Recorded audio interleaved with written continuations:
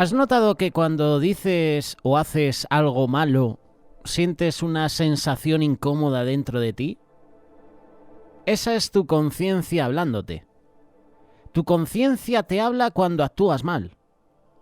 Para disfrutar el compañerismo con Dios, tú y yo tenemos que tener una conciencia limpia. Bienvenidos a este espacio del estudio bíblico. Continuamos con la primera carta del apóstol Pedro, capítulo 3. Una buena conciencia.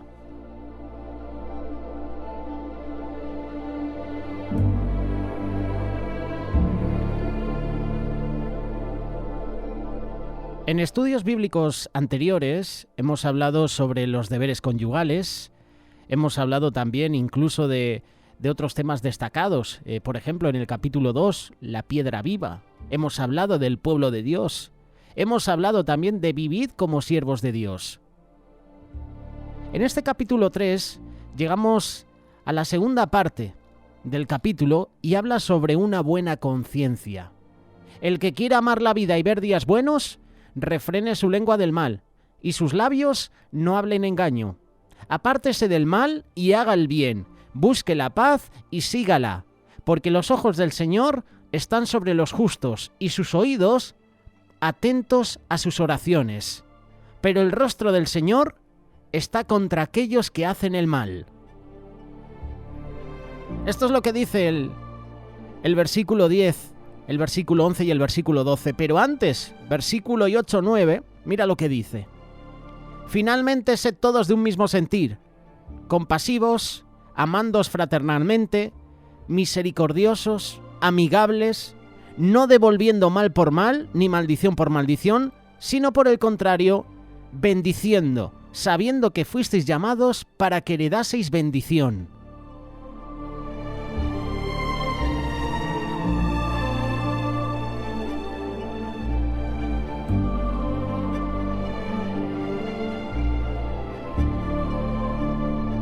Hoy en este estudio bíblico queremos hablar sobre la conciencia. De esto también te hemos hablado en la escuela bíblica. En la serie Vencedores hemos hablado de cómo tener una conciencia limpia. Y es prácticamente el mismo tema que queremos traeros en este día. ¿Qué es una conciencia limpia? Una conciencia limpia es esa libertad interna de espíritu que viene al saber que estás bien con Dios y con los demás. El apóstol Pablo dijo, y por esto procuro tener siempre una conciencia sin ofensa ante Dios y ante los hombres. Hechos capítulo 24, versículo 16. Una conciencia limpia tiene dos aspectos, el aspecto hacia Dios y el aspecto hacia los hombres. En el aspecto hacia Dios debemos estar bien con Dios, debemos saber en nuestro corazón que no hay nada entre nosotros y Él. El aspecto hacia los hombres. Esto es más complicado muchas veces, ¿eh? Profesamos que amamos a Dios, pero aborrecemos, a nuestros enemigos, pero aborrecemos a las personas cercanas. Y Juan nos dice, en una de sus primeras cartas, hipócrita, ¿cómo puedes amar a Dios al que no ves y no amar o odiar a tu prójimo al que ves todos los días? Debemos estar bien con nuestro prójimo. Debemos saber que hemos arreglado cuentas con los demás de manera que nadie pueda señalarnos con el dedo y decir, me hiciste mal y nunca te disculpaste ni intentaste arreglar las cosas conmigo. Hemos aprendido en lecciones de escuela bíblica y a través de nuestros compañeros aquí en Radio Solidaria, las diferentes tertulias que ellos nos presentan. Hemos aprendido que debemos estar bien con Dios si queremos que el Espíritu Santo haga a Cristo real en nuestra vida. Es uno de los temas que ayer presentábamos, por ejemplo, en una de las tertulias aquí en este magazine de amigos, en la programación de Radio Solidaria con Carlos Reich y Adolfo Mazariegos. Hablaban sobre cómo tener una relación íntima con el Espíritu Santo. Y aquí está la clave de toda. Vamos a ver en este estudio bíblico que debemos arreglar cuentas con nuestro prójimo antes de que podamos estar bien con Dios. No puedes estar bien con Dios si estás mal con cualquier otra persona en el mundo. Eso es verdad, es una realidad. El Antiguo Testamento es importante. Es importante porque nos muestra situaciones reales de la vida y las decisiones de Dios respecto a ellas. Por ejemplo, en el capítulo 6 de Levítico, Dios nos habla de las ofrendas de expiación. Estas se ofrecían cuando la gente cometía una transgresión. Y la palabra transgresión, buscando en el diccionario a través de internet, significa infringir los derechos de otro o tratarle injustamente. Es decir, que la ofrenda de expiación era una ofrenda especial que se ofrecía a Dios por los pecados que una persona había cometido contra otra persona. A Dios le afectan no solo los pecados que cometemos contra Él, sino también los pecados que cometemos contra otras personas. Y en Levítico capítulo 6, la palabra de Dios menciona específicamente algunos de estos pecados. ¿Cuáles son? Robar, engañar, quedarte con las cosas que encuentras en lugar de devolverlas a sus legítimos dueños, mentir, ser injusto en los negocios, ser descuidado con las cosas que te han encargado otras personas. Estos son algunos de estos pecados que menciona Levítico 6, y son pecados que tú y yo cometemos contra una persona, con nuestro prójimo. Si alguien había robado algo, perdido algo que se le había encargado, o había mentido o engañado para conseguir algo, Dios demandaba que devolviera el valor total más un 20% de interés como multa. Esto hacía del robo un negocio muy malo. Solo hasta después de haber arreglado cuentas con su prójimo se le permitía a una persona traer su ofrenda de expiación al Señor y así ser perdonado por Dios. Esto lo vemos todos los domingos, cuando tomamos la Santa Cena. Antes de tomar la Santa Cena, el pastor, la autoridad nos dice, oye, examínate. Y si hay alguna mancha, si hay alguna falla, oye, si has fallado, si has faltado a algún hermano, antes de tomar la Santa Cena, incluso antes de presentar tu ofrenda, ponte a cuentas con tu hermano.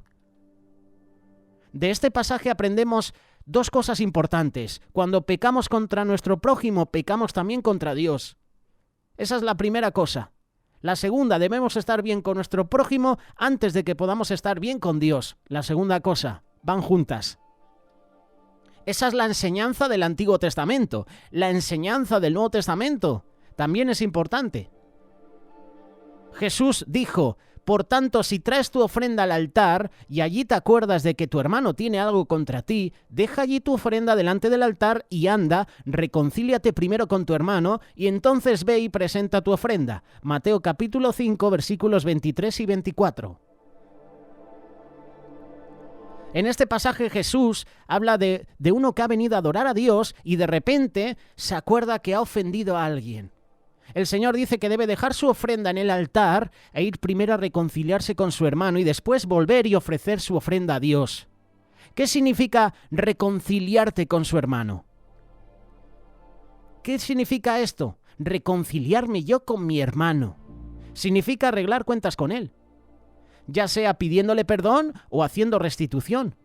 Tú no puedes adorar a Dios correctamente cantando, orando, ofrendando o en ninguna otra forma hasta que primeramente te hayas reconciliado con tu hermano. Yo la verdad que no entiendo a las personas que están todo el día en crítica, en murmuración, hacen daño a los demás y aún así van a la iglesia y levantan las manos y empiezan a orar, con oraciones que no pasan del techo, por cierto.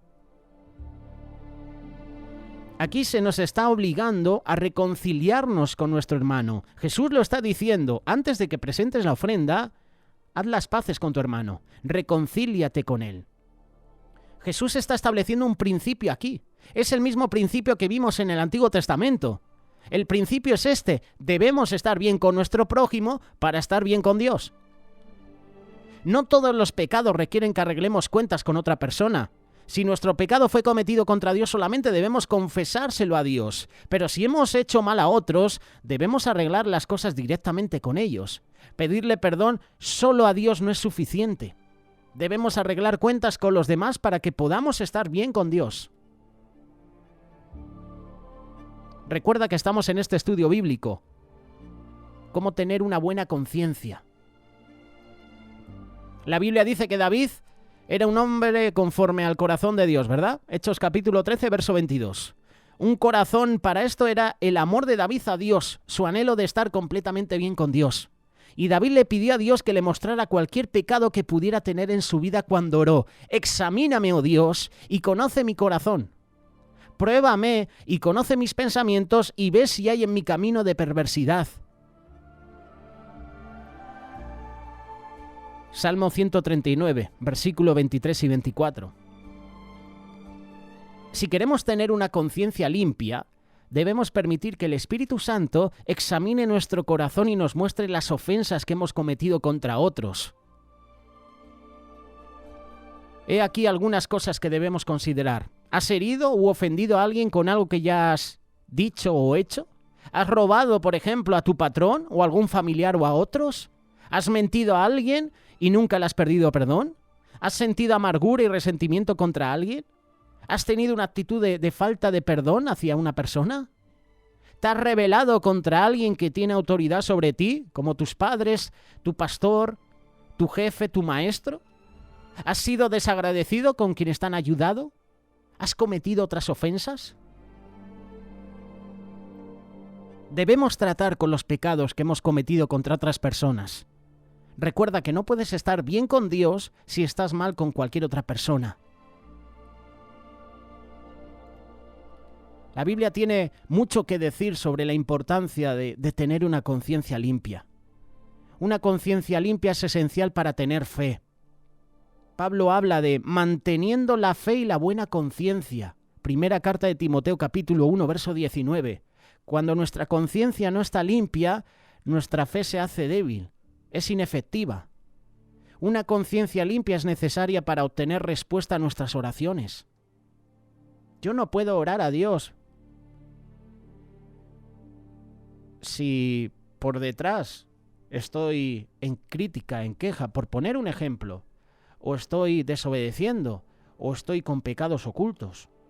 El Señor no va a bendecir mi vida hasta que no confiese esos pecados, hasta que no haga restitución, hasta que no perdone a ese hermano. Amados, si nuestro corazón no nos reprende, confianza tenemos en Dios y cualquiera cosa que pidiéramos la recibiremos de Él porque guardamos sus mandamientos y hacemos las cosas que son agradables delante de Él. Primera carta de Juan, capítulo 3, versículo 21 y 22. Una conciencia limpia es necesaria para la buena salud. Teniendo una conciencia que siempre nos acusa es como cargar un gran peso todo el tiempo. Eso es verdad, eso es una realidad. Una conciencia limpia es necesaria si queremos formar amistades verdaderas.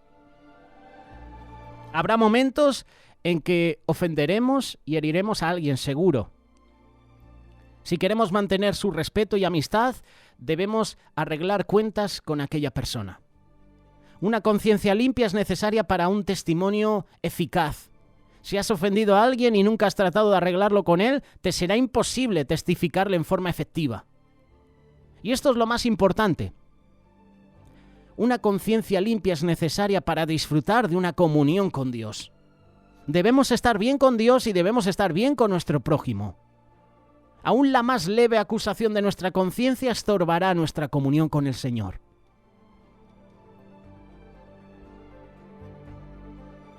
Podemos decir que nuestra conciencia es donde Dios expresa su voluntad, su santidad. Allí es donde Dios nos revela su pensar acerca de un asunto. Nuestra conciencia discierne cómo Dios ve las cosas. Y una vez que sabemos en nuestra conciencia cuál es la voluntad de Dios sobre cierto asunto, debemos obedecer. Nuestra conciencia es como una ventana para nuestro espíritu.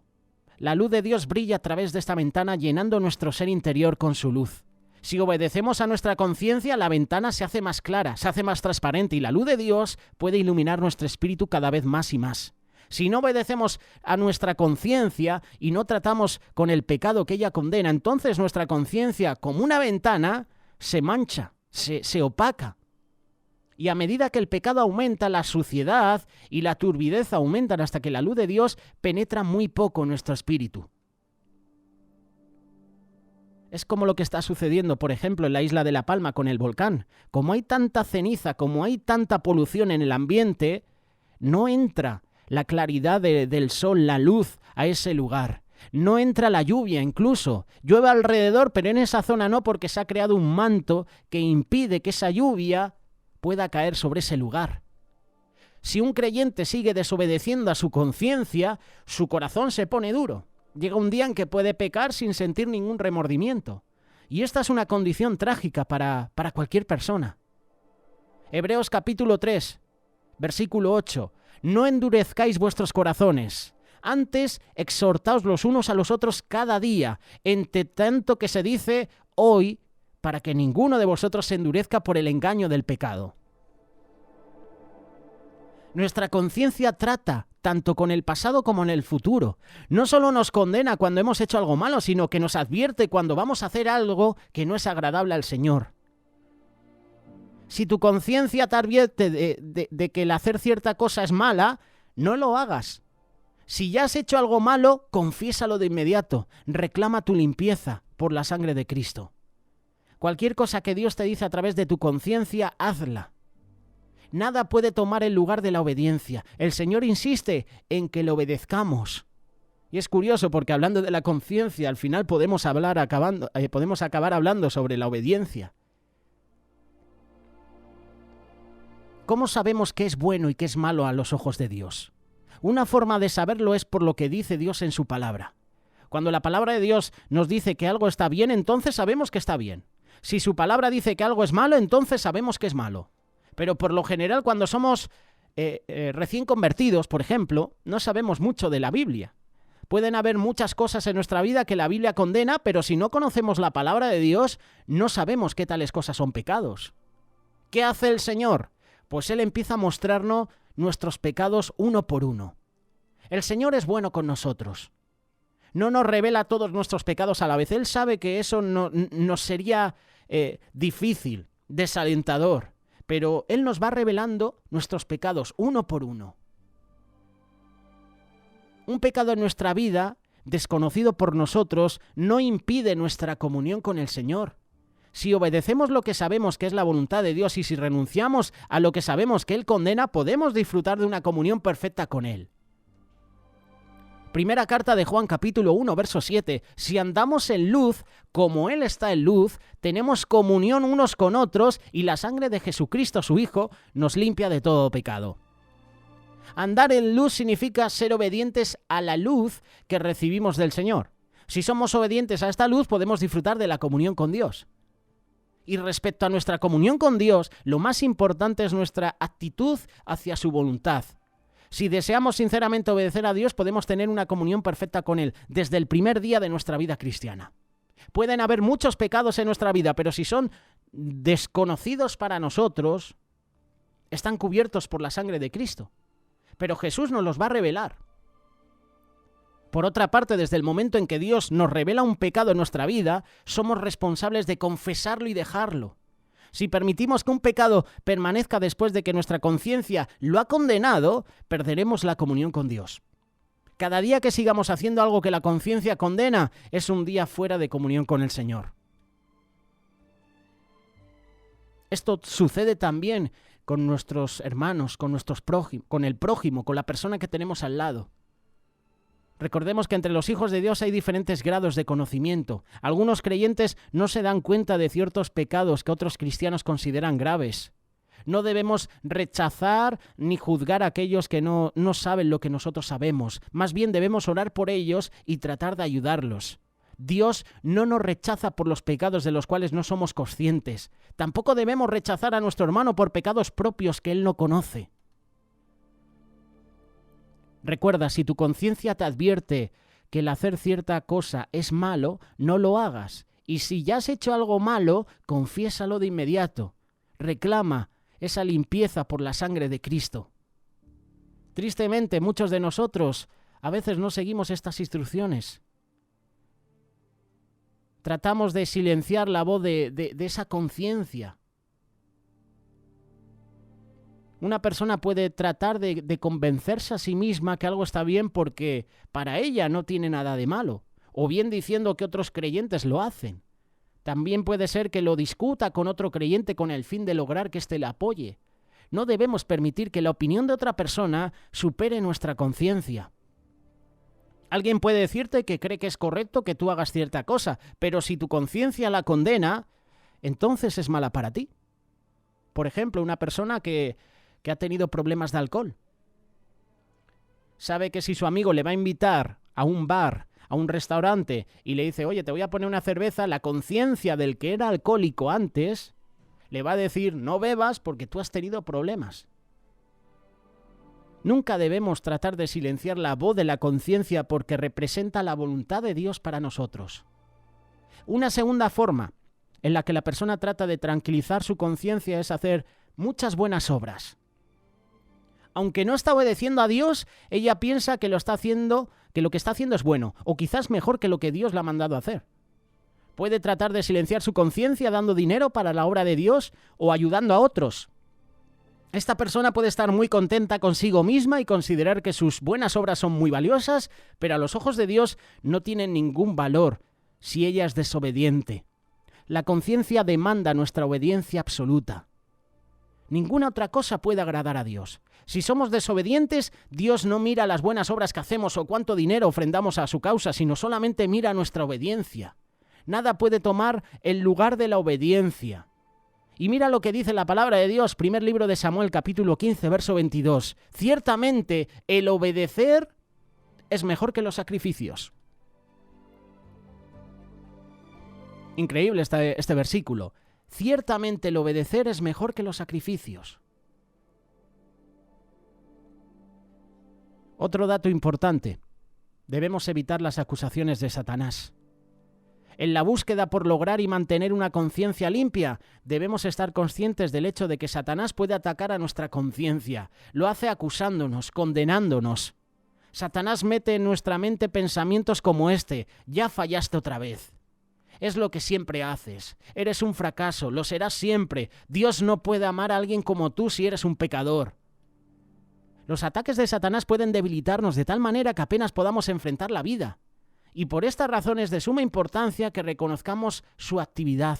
Tenemos que saber distinguir entre la condenación de Satanás y la convicción del Espíritu Santo. Las acusaciones de Satanás son sutiles, continuas. El Espíritu Santo nos alumbra para que podamos ver claramente nuestras faltas. Las acusaciones de Satanás están diseñadas solo para causarnos dolor, para derribarnos. ¿Por qué te crees que Satanás cada día está haciendo que la ciencia aumente? Quieren relegar a Dios para que las personas crean en la ciencia, crean que no hay Dios. ¿Y qué pasa si la persona no cree que hay Dios? Que se va directo al infierno. Las acusaciones de Satanás están diseñadas solo para destruirnos, solo para separarnos de Dios. Él por todos los medios está haciendo que el hombre no conozca a Dios, porque sabe que si no conoce a Dios se van al infierno. Así de claro. No hay que esconder la palabra. Clara, palabra verdadera, directa. Satanás no quiere que conozcas a Dios. Por eso usa la ciencia, por eso usa la moda, por eso usa películas de ciencia ficción. Sí, las usa. Hay muchas personas que se creen que hay vida extraterrestre. Y claro, al pensar que hay vida extraterrestre, dejan de creer en Dios. Y si Satanás consigue que una persona no crea en Dios, sabe que ya lo tiene. Ese es el propósito de Satanás. El propósito del Espíritu Santo es el de edificarnos. Nos muestra los pecados que debemos confesar y abandonar para así andar en los caminos de Dios.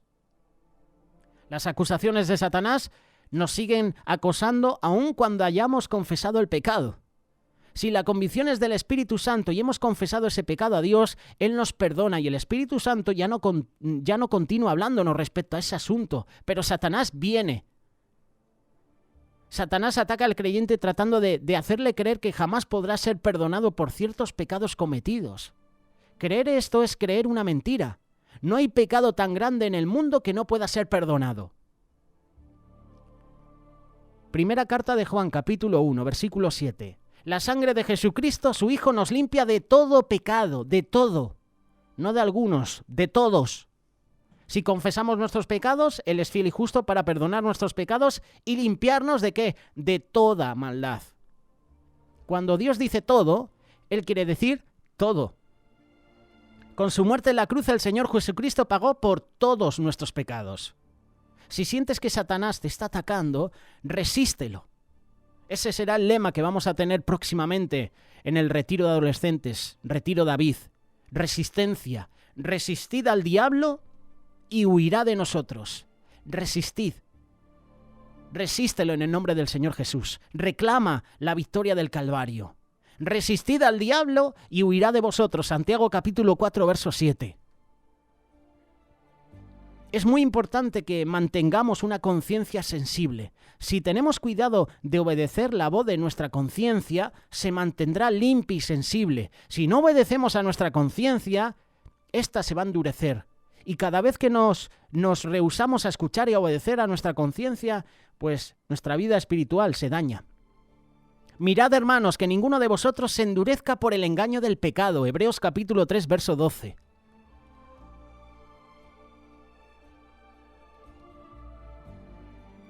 Sin duda, tú y yo ofenderemos a otros en un momento u otro. ¿Qué haremos al respecto? ¿Seremos duros y orgullosos, rehusando admitir que hemos hecho mal? ¿O nos humillaremos y pediremos perdón?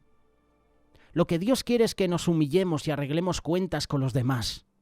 Debemos cultivar la costumbre de disculparnos ante los demás y hacer restitución. Si confesamos nuestros pecados a Dios y arreglamos cuentas con los demás, nuestra conciencia se va a mantener limpia, sensible. Esto es andar en obediencia a Dios. Y uno de los secretos grandes de la vida victoriosa de Pablo era este. Él obedecía a su conciencia. No permitía en su vida ninguna cosa a la cual su conciencia acusaba. Pablo lo podía decir con sinceridad, con honradez. Con toda buena conciencia he vivido delante de Dios hasta el día de hoy. Este es el mensaje. Y esto es lo que Pedro quiere compartirnos en este capítulo 3 de su primera carta. Una buena conciencia. Mantenernos firmes, mantenernos diariamente en la brecha, mantener cada día nuestra comunión con Dios. Mantenemos una conciencia limpia cuando andamos en obediencia a Dios. Si estás desviado de los caminos del Señor, es el tiempo de volver. Tu conciencia te está diciendo, oye, lo que estás haciendo está mal. El Señor te está diciendo, ven a mí y yo te voy a levantar de nuevo. Yo soy el único que puede perdonar tus pecados, todos tus pecados. ¿Qué piensas al respecto sobre esta conciencia? El tema que hemos tratado. Déjanos tus comentarios. Puedes unirte al grupo de Telegram que tenemos. Puedes enviarnos ahora mismo un SMS, un WhatsApp. En caja de comentarios a través del canal de YouTube también puedes dar tu opinión. ¿Qué piensas sobre una buena conciencia? ¿Qué piensas sobre este capítulo 3 de la primera carta de Pedro?